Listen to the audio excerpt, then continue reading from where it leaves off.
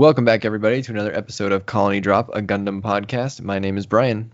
And my name is Isaac. This is your favorite Gundam podcast where we talk about everything from Gunpla to the Gundam anime series to Gundam manga, anything really related to Gundam. Theories, speculation, thoughts. Brian, we're ready for a new episode, aren't we? We are. We have a smattering of topics today, Isaac. Ooh, it's a topic episode. It's a smorgasbord. A charcuterie of discussion points. Yes. So let's start with the headline. There's been a lot of news lately about motion pictures, the film industry in the United States. What's left? It's currently in tatters. And so in the back of my mind, the wheel's been turning, and I really think that the Gundam movie may be in danger of either not happening or becoming maybe less than it could be. And that's not to say that that's been reported anywhere. This is just my own musings. So I wanted to kind of talk about that because I think the Gundam movie is something that we've all been kind of looking forward to, and I think it's been one of the more popular topics that we've covered. Let me set it up a little bit, and then give me your opinion here. There are two things happening right now at the same time that are creating a very unique circumstance. The first thing is that the streaming wars are reaching their peak. So unless you've been living under a rock, you know that streaming SVOD services like Netflix have been steadily increasing in use over the last 5 to 10 years. And we are now at the key moment in time where streaming is now overtaking or clearly becoming the new preferred way of consuming content over traditional linear TV. So that's your broadcast and your cable TV. And the big players now, of course, are Netflix. You also have Disney Plus and Hulu, Amazon Prime, HBO Max. You got your Apple TV. Does anyone actually subscribe to Apple TV? I guess they get it for free, right? Some people, but maybe. I've heard there's some quality stuff on there. It's just I've kind of reached the point where it's like, okay, how many streaming services do I need? That's right. Yeah, that's a whole list. That's a whole other topic, right? Yeah. How different really is the streaming model? At what point do you just stop? Yeah. At what point do you regret getting your low priced cable package if you're having to subscribe to 8 different streaming services? So that is probably a separate topic. But so that's thing number one, right? The streaming wars are heating up, and all those different streaming services want subscribers, and they want them now, and they want them in the largest numbers that they can possibly get. So the second thing is that COVID-19 is a thing. So again, unless you've been living under a rock, there is a global pandemic occurring. Again, if you haven't watched the news, the United States has pretty much completely bungled the situation here. You could say, as they say in France, we shat the bed. just a little bit. I would call it a large shat. Yeah, massive. Just no fiber. just the worst, which is completely unsurprising given our national leadership. But here we are. Yeah. I mean, a variety of factors, right? National leadership.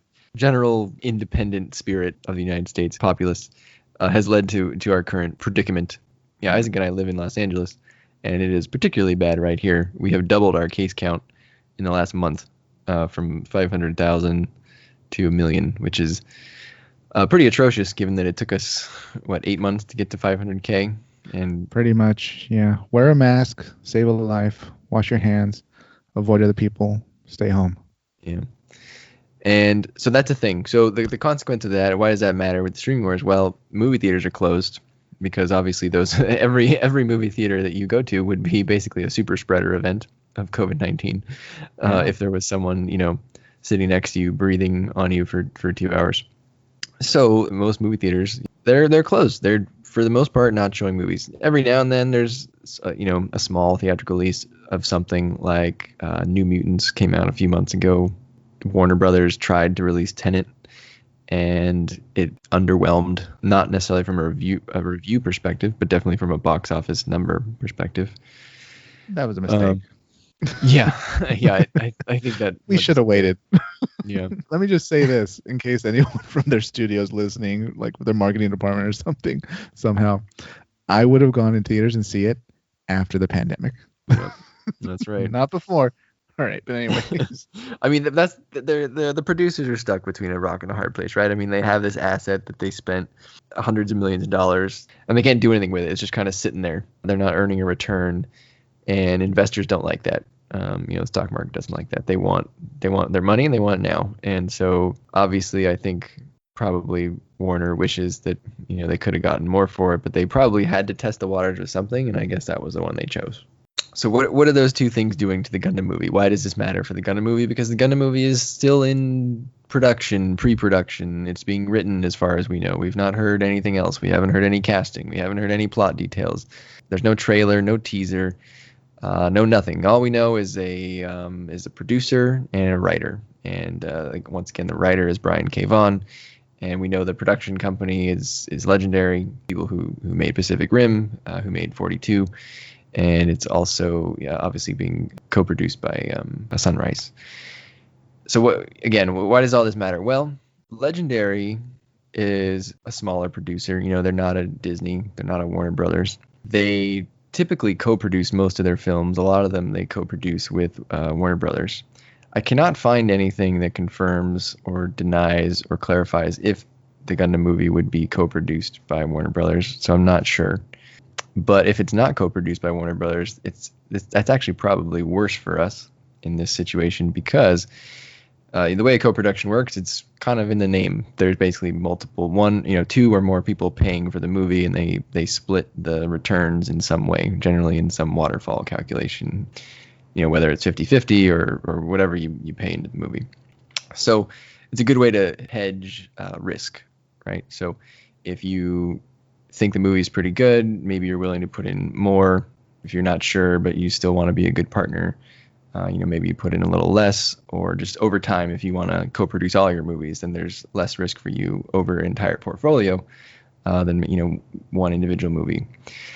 So if Legendary is not co-producing this movie with Warner Brothers, and maybe they're only co-producing it with Sunrise, I don't know how much Sunrise is willing to spend on this, but let's pretend that Warner Brothers is not involved and that Sunrise is essentially, contributing the IP, the property, right? I mean, that Legendary needs Sunrise to make this movie. Legendary doesn't own Gundam. Sunrise does.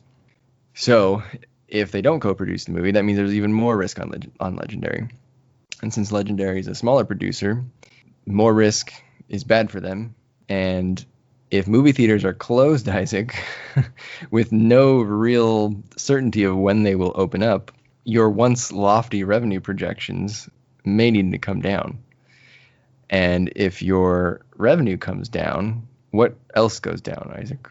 Any budget really you had for upcoming projects, maybe That's even right. gambles, like a Gundam movie, a movie based on a Japanese cartoon, as far as the executives view it, I'm sure that, it might have an existing base, but it's still a bit of it's a bit of an odd duck to parade in front of American audiences. If revenue is going to go down and probably the budget needs to go down, or at least their willingness to take risks on that budget, like you said, would you say that in order for this movie to be successful, it needs to have a very high budget because it's very special effects heavy? Absolutely. This movie needs to have a sizable effects budget, whether they somehow decide to do, miniatures of some kind or however realistic they want it to be, or they want to go full CGI, whatever. Special effects are going to be a big part of it. This isn't a military movie where they got like tanks laying around and, helmets, and they can just throw them on actors and run around, and they don't have like Roman soldier armor from like, the last 5 Roman soldier movies or whatever. This is going to be pretty much, built from the ground up to an extent. I forget the one listener's name who told us this, who warned us about this, was that every piece of technology in this movie needs to be created from scratch or imagined from scratch. It doesn't exist, right? Giant robots don't exist. So to me, if the budget is in danger, I feel like that's not good for us, Isaac, because that's going to kill our ability to draw major stars. Like, for example, in our fan casting, we had some people who I would describe as highly paid actors. I believe you wanted Robert De Niro to play Degwin. He doesn't come cheap. Rated it. Yeah, he's notorious. But anyway, Jude Law, I can't see him for too little. Elle Fanning. I'm sure she would refuse to join a movie that's almost an art film, art film budget or something like that. Yeah, people You like know? younger actors that are on the rise, like Timothy Chalamet. He's not going to jump on board No. at a discount price. So that's not to say that I want stars in the movie or that I think that stars need to be playing these key roles. But if, like Isaac said, this is a bit of an oddball for American audiences, and executives tend to believe, and I think it's probably largely supported, that generally, not all the time, but generally, star power does lead to more seats. Yeah. More seats being filled than maybe otherwise would if it's an unfamiliar kind of property. I'd say it's even more important to have recognizable names in a franchise most people won't recognize. You kind of get away with it with, just constant rebooting and relying on nostalgia for like 2 new Ghostbusters movies, or, we're going to have another Transformers or whatever. But for something like this, it's going to be a hard sell to anybody that's not already an anime fan or a Gundam fan. Yeah, and we're talking big budget here, because what are some comparable movies, right? So, like you just mentioned Transformers. So I think Transformers is pretty comparable in the amount of effects we need. Pacific Rim would be another one. Yeah. Ready Player One maybe. The Godzilla ones. Yeah, exactly. And those are all those cost a lot of money. To me, this is a tentpole release. Like, they're going full summer blockbuster with this thing, right? Generally, those movies have budgets well above 100 million. We're talking in the 200 million range. So if you had on your little chalkboard in your executive office, or it's a whiteboard, obviously, right, and you got a nice big 250 mil set aside for this, and then someone says, oh, by the way, all the theaters are closed. Guess what? That, not that they want to slash the budget, but they have to. They don't make they don't make movies because they like the franchise or because they think it'll be a good movie. That's how they choose the movies, but that's not what gets them made. What gets them made is, will this make money? And with just all this uncertainty, I don't know, man. I'm a little nervous now. And no one's, again, there's been nothing in the news about this. This is just purely conjecture, but I don't know. I'm nervous, Isaac. I'm nervous. I don't blame you. I'd even go so far as to say I'm not nervous, because I think I know what's going to happen. But before that, let me just say that budget-wise, we could debate whatever number we think it actually needs. We just know it needs to be a good number for the effects budget alone. But as we said before in our kind of, I forgot episode we were comparing it, but it does need to be like the Iron Man of the Gundam movies, right? Like, this has to set the tone and sort of set up the universe and really be that good to kind of carry forward, because there's so much existing content in the manga and the anime series that subsequent movies can just take and build up on. But that said, based on how gutted the film industry's been, in particular by COVID-19, I think that this is actually going to be the end or the delay of the project. And by delay, I mean it'll go into development hell, and we may not hear of it in at minimum 2 years. I'm not sure if you're ready to cast your vote, Brian, on if you think it's going to still move forward or if it's done for. That was actually, so I'm glad you brought that up. That was actually my second option of what would happen, right? So if you're the executive and you're saying, okay, well, if I can't have that budget now, then I don't want to do it, because I know it's not going to be good. Because like you just said, you want this to be your Iron Man moment. You have one shot at this, right, for the next, say, 10 years. If you screw it up now, for the next 10 years, people are going to remember, oh, that was that crappy movie. Why would I ever watch that again? I think those reboots, maybe they've been getting a little frequent, but I think we could at least agree that you screwed up for at least the next 5 years, probably 10, right? I mean, when was the last, like, Fantastic Four that was that 2015? 17, 16, something like that? Something around there. Yeah. That did not go over well, whatever your opinion of the film is. It wasn't a hit. And, we're not getting another Fantastic Four film until probably at least, I think they just announced they were working on it. And that's with the goodwill of Marvel now having the property back. So people will go see it then. But that movie won't be in theaters until probably at least 2024. I don't remember the year they put on it. But think about that. 2024 versus somewhere between 2015 and 17. That's almost 10 years. So that's why we're saying you got one shot at this. You can't screw it up. So if everyone out there should actually hope that the executive doesn't say, well, we can't have that budget anymore. So let's just go ahead and do it anyway for $50 million. You're not going to get the Gundam movie you want at $50 million. We need to at least hit that triple-digit budget to get something close. I think. Brian, what's your prediction? Like, just lay it out right now. Are you kind of with me saying it's dead in the water? Do you think it'll move forward at a snail's pace, or do you think it's still on the books to happen? Like, well, maybe not on the books, but it's still going to happen by the grace of new type power. It'll happen. Well, I think it'll definitely be delayed. I don't think they'll end it because I think it's in a little bit of a lucky situation, given that if this was a bigger producer where maybe they have all this IP that they can choose from, and they can choose from cheaper IP that doesn't require just a big budget, they might have less reservations about just canceling it or delaying it with sort of less urgency to pick it back up, right? But I think Legendary knows that they have a potential franchise here. And so I do think it's important to them. If it wasn't important to them, I don't think they would have gone out and got the writer who they got. So I am hopeful that they will delay it until they can do it right. And once again, just want to reiterate, there's been no announcement of a delay, but there was never an announcement of any timeline anyway. So it's not like they can't delay what they haven't announced. So, given the fact that we haven't heard anything in basically 2 years on this film, I would say it's already stuck somewhere in development hell. Something's hopefully happening on the film, but we haven't heard much. I'm not a pessimist, but I considering how bad the economy's been, I'm going to say that's a wrap, folks. Unfortunately, we'll check again in a year. Yeah. I mean, if we don't hear anything for another year, 2 years, it's probably fair to assume that it's not happening.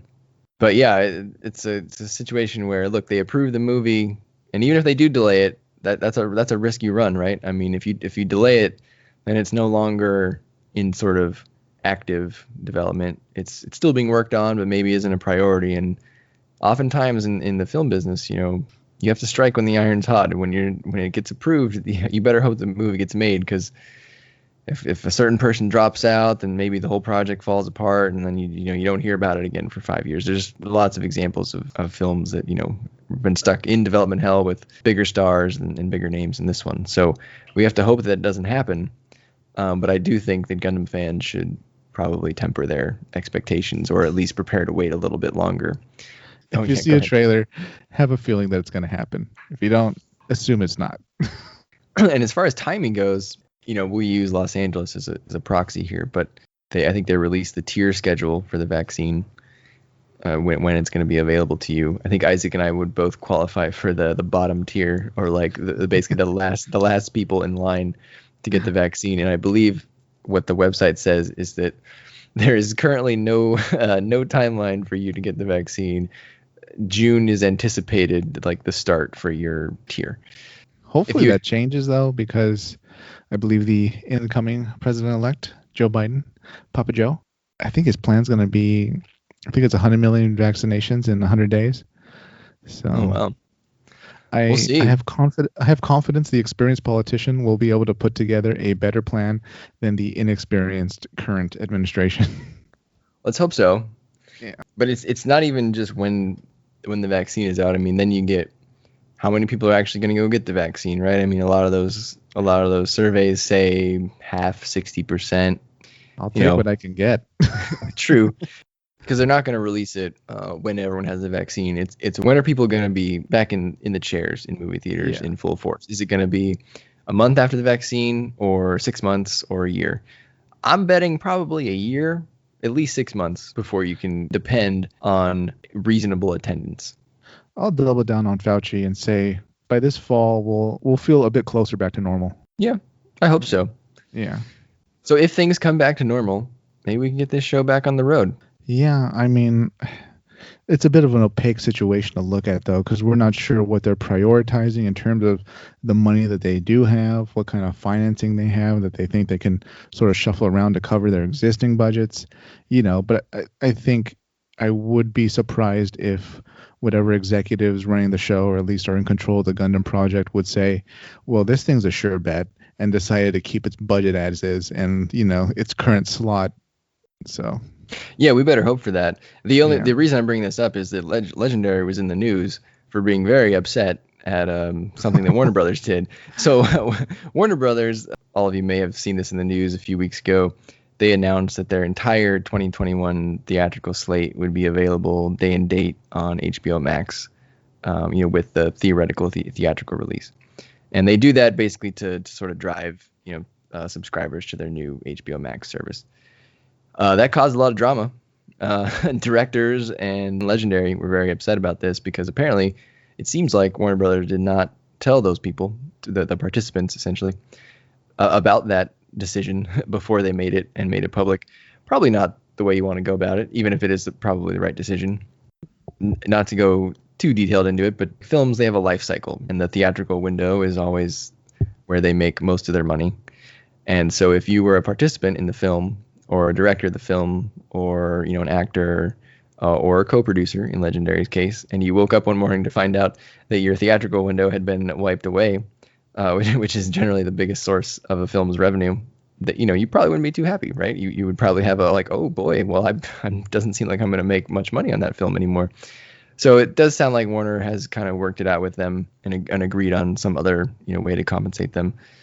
But that just shows you that Legendary is worried about those things, and they are that is important to us because they're the ones producing Gundam. So I hope it all works out.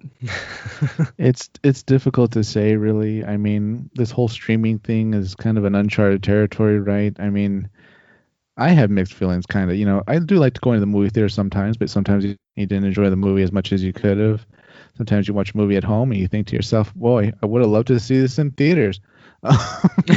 So I can understand how this is going to be sort of new territory for everybody in the whole streaming, the movie that's in theaters and all that.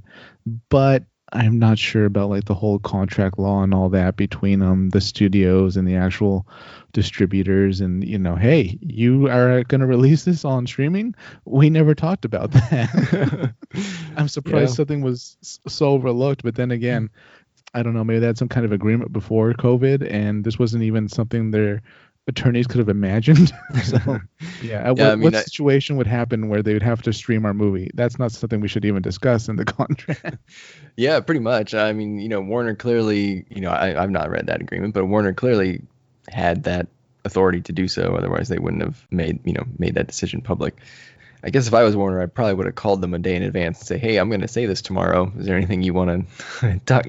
Don't sue me the next day.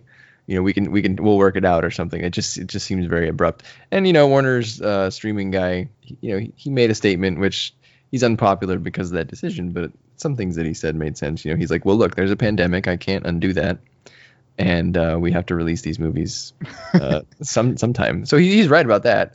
Yeah. But as a participant, co-producer, those people are rightfully upset as well. He just grabbed a microphone and said, listen, people, I know you have warm feelings about the moving pictures on the screen, but we're here for money.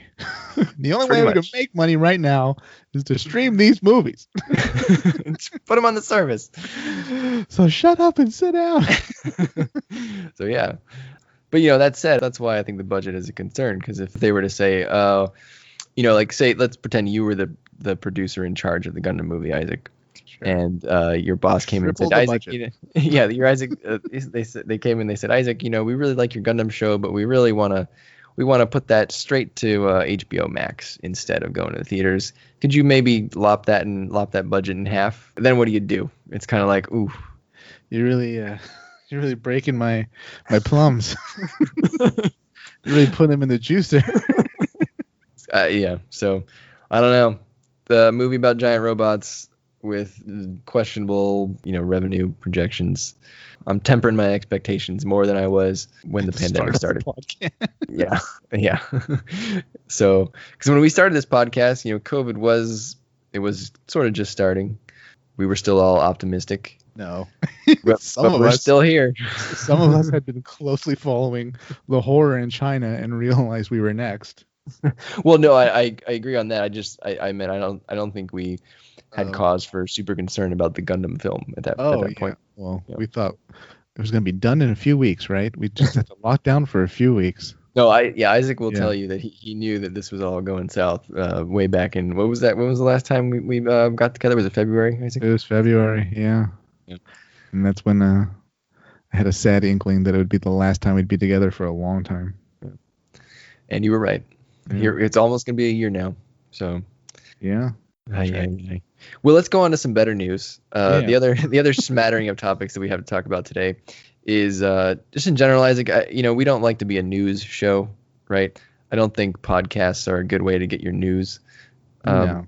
Even your Gundam news. Yeah. Yeah, I mean, one, we tape these things. Look how old I am. We record these things weeks in advance. Brian right now is he's drinking a phosphate that he got at the drugstore.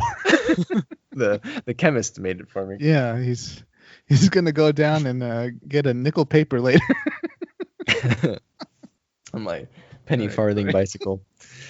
But there's two things I wanted to talk about in the Gundam news, which at this point they're not that new anymore, but I still think they're worth mentioning to our listeners in case they don't know, because they are related to things that we have talked about on the podcast in the past. So the first is that the original Mobile Suit Gundam is now available via streaming, Isaac, and that is huge. It sure is. It's available in both dubbed and subbed format on Funimation streaming service as of November 25th. And that service is about $6 a month, which is actually a great deal for the amount of content that you get. And they also, at the same time, they added the Gundam Seed HD remaster with the sub and the new dub, which we will talk about next.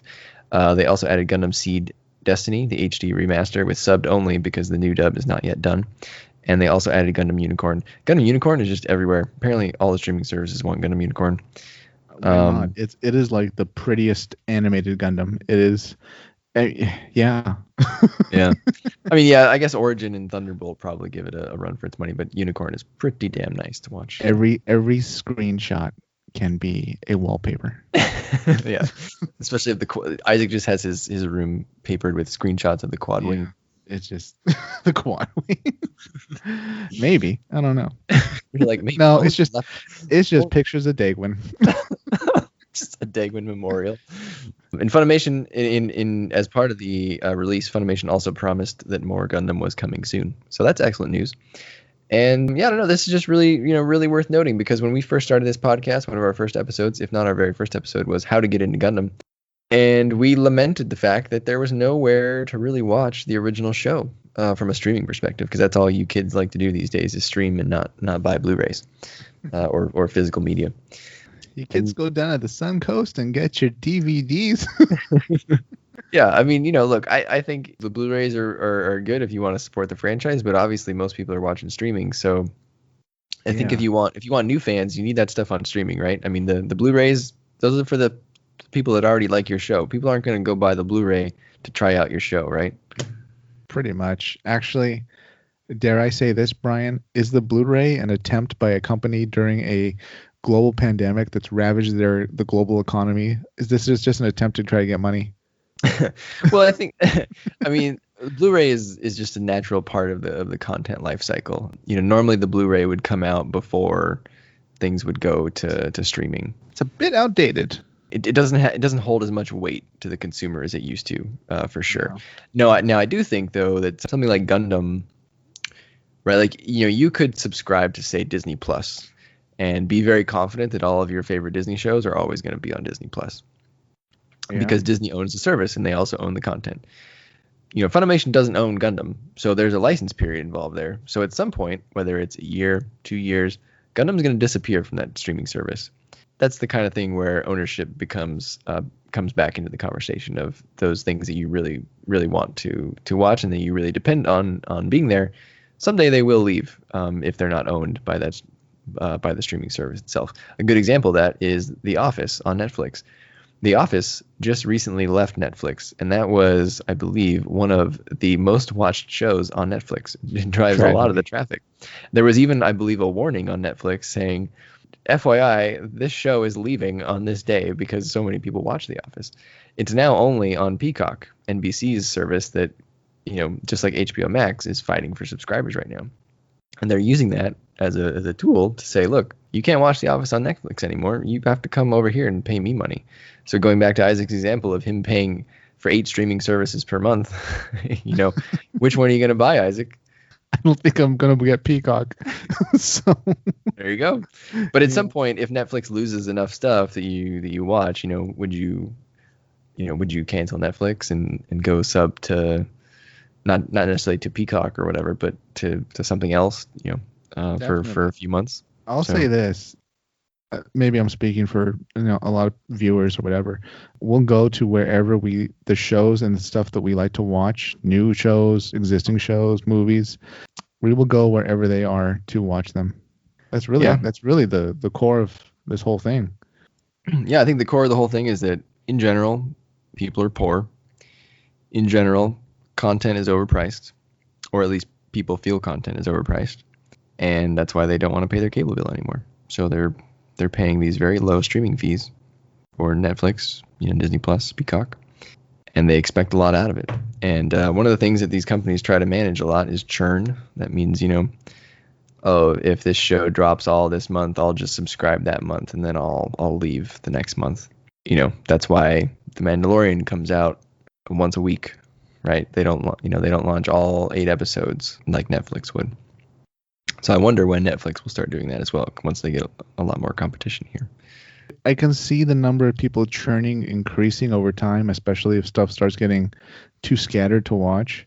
But I don't know. I almost feel like we'll reach a point of viewer laziness where like you're kind of locked into like your 3 main channels, your streaming channels that you like, and that's it. Everything else, maybe, I don't know, you borrow your friend's password and you watch like in a month, or a weekend. You binge, and we'll probably see more of those things. That's the Hulu. Those are our HBO Now friends. And then like you're like, oh, I'm borrowing Hulu from my neighbor or something. Yeah. Right. Like it's not unfathomable that we'll reach that point, I think.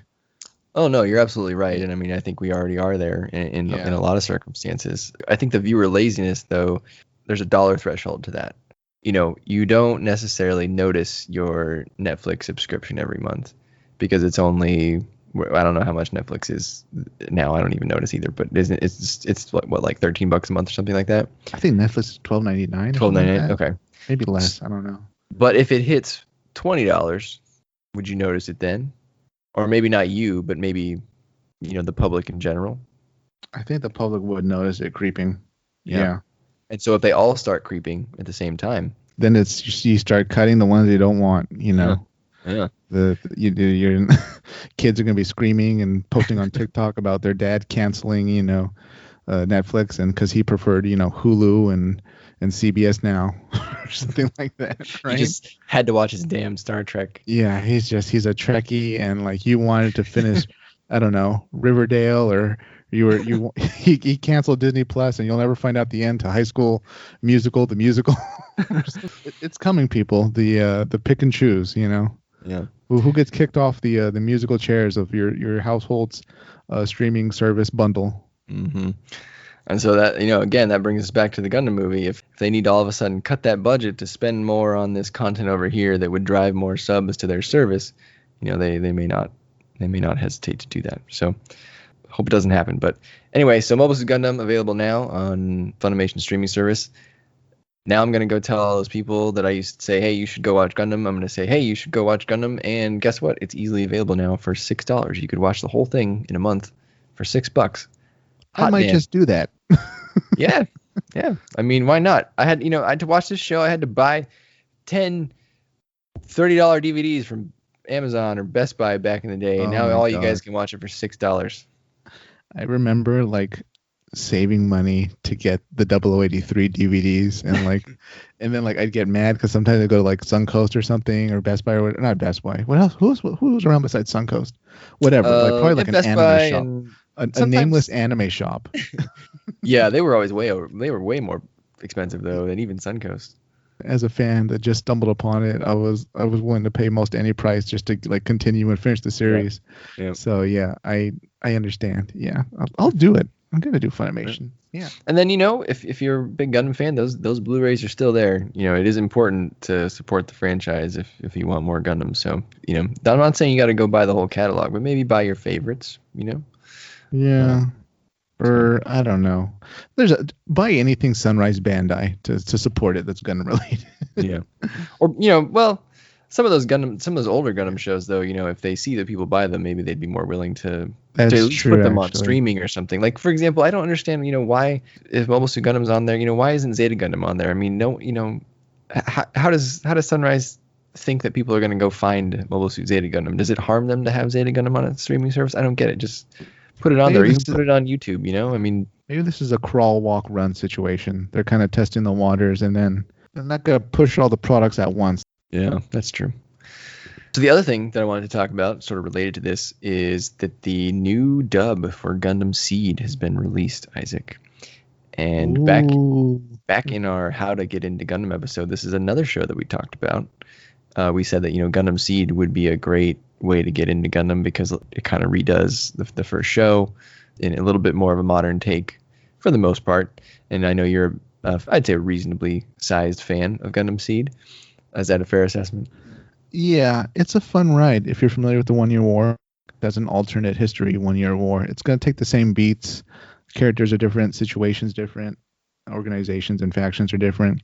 But if you haven't seen Gundam Seed, definitely worth a watch. It's a bit slow at times at certain parts, but overall, very well done series. And yeah, it's fun, and it doesn't drag endlessly or require a previous watching of other series or seasons. But one thing that you also are, Isaac, is a big fan of dubs. Is that right?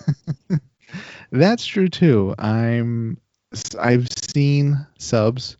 I understand the need for them. I understand some people appreciate hearing the Japanese and then reading the subtitles. But for me, I just always felt a bit more immersed when there's dubbed. That's just my personal preference. So I've watched most series that are available in dubbed. I always opt for dubbed. And when we did our episode, you were incensed to find out that while Gundam Seed was available on various streaming platforms, that there was no dub. That for whatever reason, Bandai Sunrise had decided to withhold the old dub from these releases because apparently they had been planning to redub the show. Why? I don't know. I guess they didn't like that dub or something. I haven't been able to really find a reason. But that dub is here, Isaac. It came out. It came out in November. Right Stuff, the company that releases almost all of the Gundam Blu-rays, released the Seed Ultra Edition box set, priced at $225 right now. At least if I go look at the website, that's what it is right now. Good Lord. Yeah, what does that box set include? It's like a collector's edition. This is one of our old school DVD collector's editions. Yeah, they went back to the tried and true method. There's like an art book. There's the interview DVDs. There's the commentary, stuff like that. They have like a limited short series. That's I think it's an SD Gundam Seed thing. Oh, which really? Is interesting. Oh. Yeah, I think so. There's, discussions with the animators and the team and all that. The original series, it's what you'd expect in a limited sort of boxed specials put together Blu-ray series. The art book, I believe, is 118 pages. That is a serious art book. Yeah, there were good designs in the series overall, but I always felt the strength of the series was kind of how interesting the story kind of kept going. The overall setting and atmosphere had good designs. Some of them not so much. Yeah, I think we've talked about this before, but they really went into backpack overdrive in the Seed era, and I think a lot of those designs don't do it for me. But one thing that we really love about the series is all the super weapons. Yeah, there's a super weapon every 10 episodes. But there's a very important thing that you should know about this box set, okay? And that is this. So the box set includes episodes 1 to 48 of the HD TV remasters, episodes 1 to 50 of the original standard definition TV series, 3 compilation movies. But apparently, those TV remasters that Sunrise provided Right Stuff to make the Blu-rays, they accidentally gave Right Stuff the broadcast version of the HD remaster instead of the home video version. And so they made the Blu-ray with the broadcast version, not the one that everyone in Japan has on their Blu-rays. So that's kind of a bummer. And I guess there's probably some differences from the broadcast version to the home video version. Usually that can range on a variety of things. Sometimes anime home video releases, they redo some of the animation to fixed scenes that maybe aren't quite up to par on the TV release, or maybe there's a few extra, seconds or minutes of footage that were cut to fit the whatever 22-minute broadcast window. So if you're buying a over $200 Blu-ray set, Isaac, don't you want the most complete version of the show? Absolutely, especially for that somewhat obscene price. Yes. So Right Stuff has already said that, hey, we will make new Blu-rays once Sunrise gives us the revised, masters for the home video version, and we'll ship you the new set at no additional charge. So what that means is, yeah, it's kind of a bummer that you didn't get the final version of the show, but even if you buy it now, they'll ship you the new version at some later date. And they it's pretty funny. They pitch it as like, hey, well, if you still buy it now, you actually get more than what you were going to get before, because at the end of the day, you'll end up with the HD home video version, the HD TV version, and the standard definition TV version. And I think that's a funny way to pitch it, to be like, see, you end up with more, and don't focus on the screw up. Just it's fine. You end up with more. So when you're like a Chinese restaurant and like they're closing and there's like a lot of extra food, so they just start piling it on you, like your to-go order. You're like, all right, that's enough orange chicken. Like, yeah, like I don't need it. I get it. Yeah, I'll be back. You don't have to serve me that much. And I mean, realistically, does that benefit anyone? Does anyone really want like the HD TV version when they have the HD home video version? Like, there's too many versions of this damn show.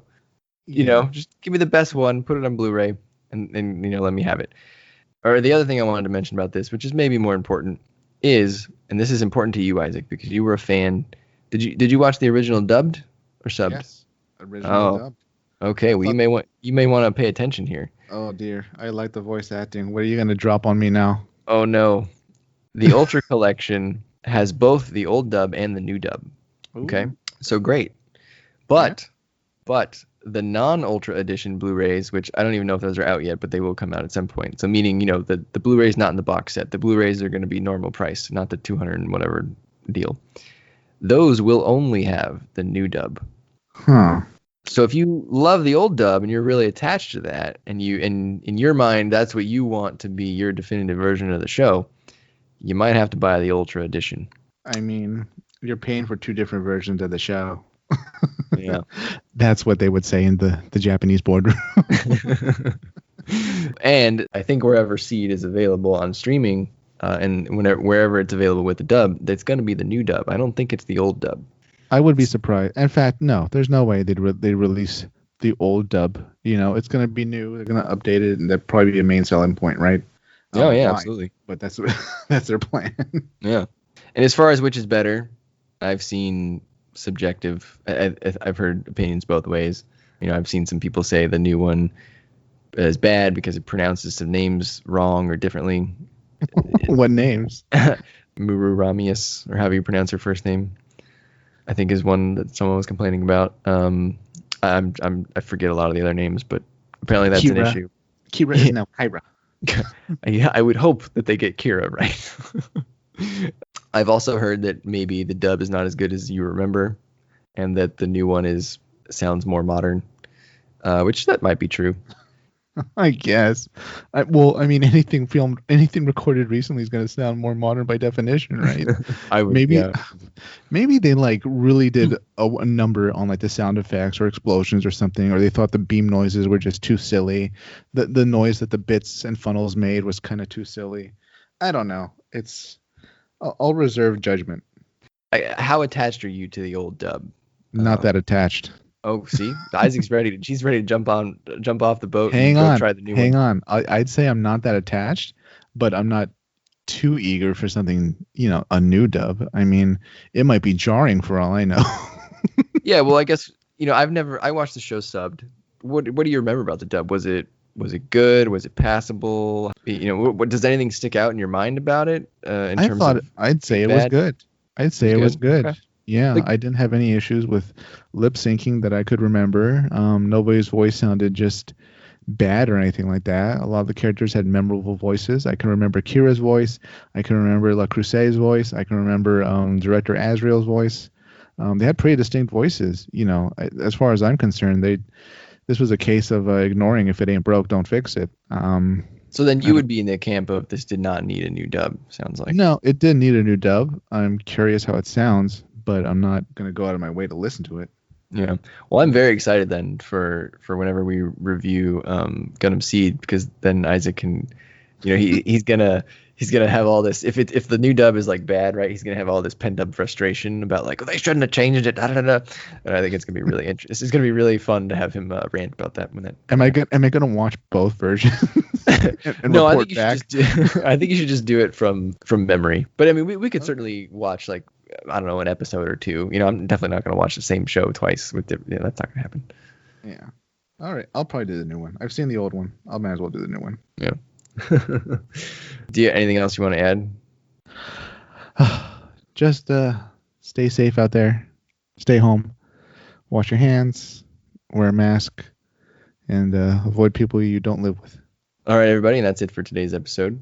I hope you enjoyed that little news bits, and I hope you temper your expectations for that Gundam film. Don't get them too high. We're hopeful, but don't bank on it. So please remember to like, comment, subscribe. You can find us on Twitter at Colony Dropcast. You can also leave us comments on YouTube, and you can find our podcast wherever you get your podcast from. Thanks for listening. Don't forget to like, comment, subscribe. Have a great night.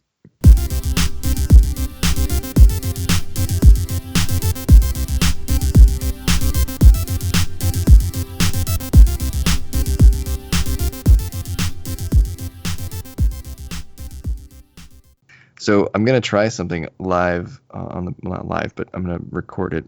So I have I have a treat here that one of our friends gave us. It's a mutual friend of ours. It is a Gundam 40th anniversary chocolate wafer cookie from Japan. And normally I would let Isaac have this because he loves sweets, but because once again I haven't seen Isaac in almost a year.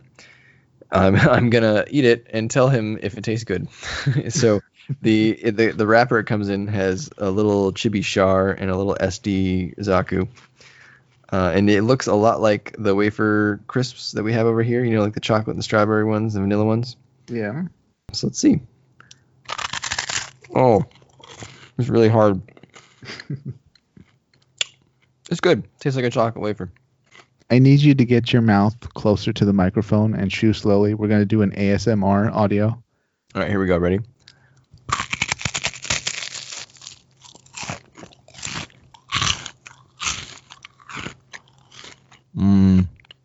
That's the sound of Char Zaku going 3 times the normal speed.